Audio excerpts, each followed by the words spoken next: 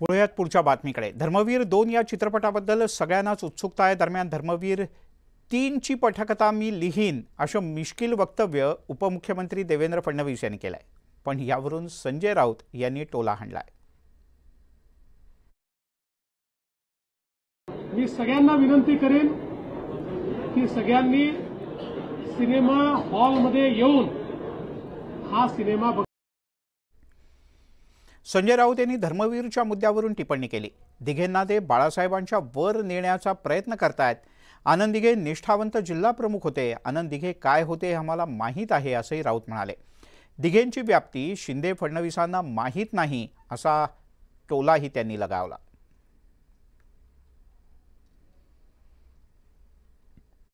आनंद दिघे काय होते आम्हाला माहिती, जिल्हा प्रमुख होते ठाण्याचे।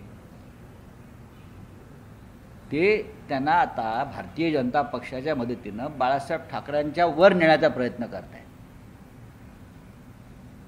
कारण बाळासाहेब ठाकरेंचे जे या महाराष्ट्रात पसरलेले लाखो लोक आहेत, समर्थक आहेत कोट्यवधी, ते एकनाथ शिंदेला मानत नाहीत। त्याच्यामुळे मग एक नवीन प्रतीक निर्माण करायचं अशा सिनेमाच्या माध्यमातून। आता धर्मवीर 2 हा चित्रपट सुपरहिट असणार आहे आणि याचं पोटशूळ संजय राऊत यांना आलेलं आहे। त्यांनी सुद्धा शिवसेना प्रमुख माननीय बाळासाहेब ठाकरे यांच्यावर चित्रपट काढला होता, तो फ्लॉप ठरला। मला तर वाटतं त्यांनी मुद्दामून तो फ्लॉप चित्रपट बाळासाहेबांचा अपमान करण्यासाठी काढला। त्यांनी खरं पाहिलं तर शरद पवारांवरती चित्रपट काढायला पाहिजे। त्यामुळे याही मुद्द्यावरून आरोप प्रत्यारोप। तिकडे खासदार संजय राऊत यांनी केंद्रीय गृहमंत्री अमित शहा यांच्यावर तोफ डागले। राऊत यांनी अमित शहा यांची तुलना औरंगजेबाशी केली। महाराष्ट्र काबीज करण्याचा शहांचा हट्ट असून औरंगजेबाप्रमाणे महाराष्ट्रावर हल्ले करायला शाह आल्याचा आरोप सुद्धा राऊत यांनी केलाय।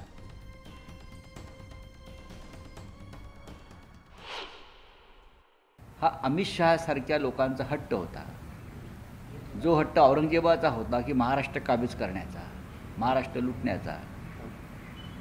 त्याच प्रकारचा हट्ट अमित शहा घेऊन महाराष्ट्रावर सतत हल्ले करतायत। पण महाराष्ट्राची जनता, मराठी जनता या त्यांच्या हल्ल्याला चोख उत्तर देईल। जळीस्थळी पाषाणी यांच्या मनामध्ये अमित शहा नावाच्या एका वादळाची भीती आहे आणि ते वादळ सुनामीच्या रूपानं देव, देश आणि धर्मासाठी काम करणारं वादळ आहे। देव, देश, धर्माचं काम करणारं हे वादळ अमित शहाच्या रूपाने सुनामी घेऊन येईल। महाराष्ट्रातील जनतेला समर्थन देईल, महाराष्ट्रातील जनता त्यांच्या नेतृत्वाला समर्थन देईल हे उबाटा सेनेला माहिती आहे। म्हणून अमित शहांच्या दौऱ्यावर हे पांचटपणे बोलत आहेत।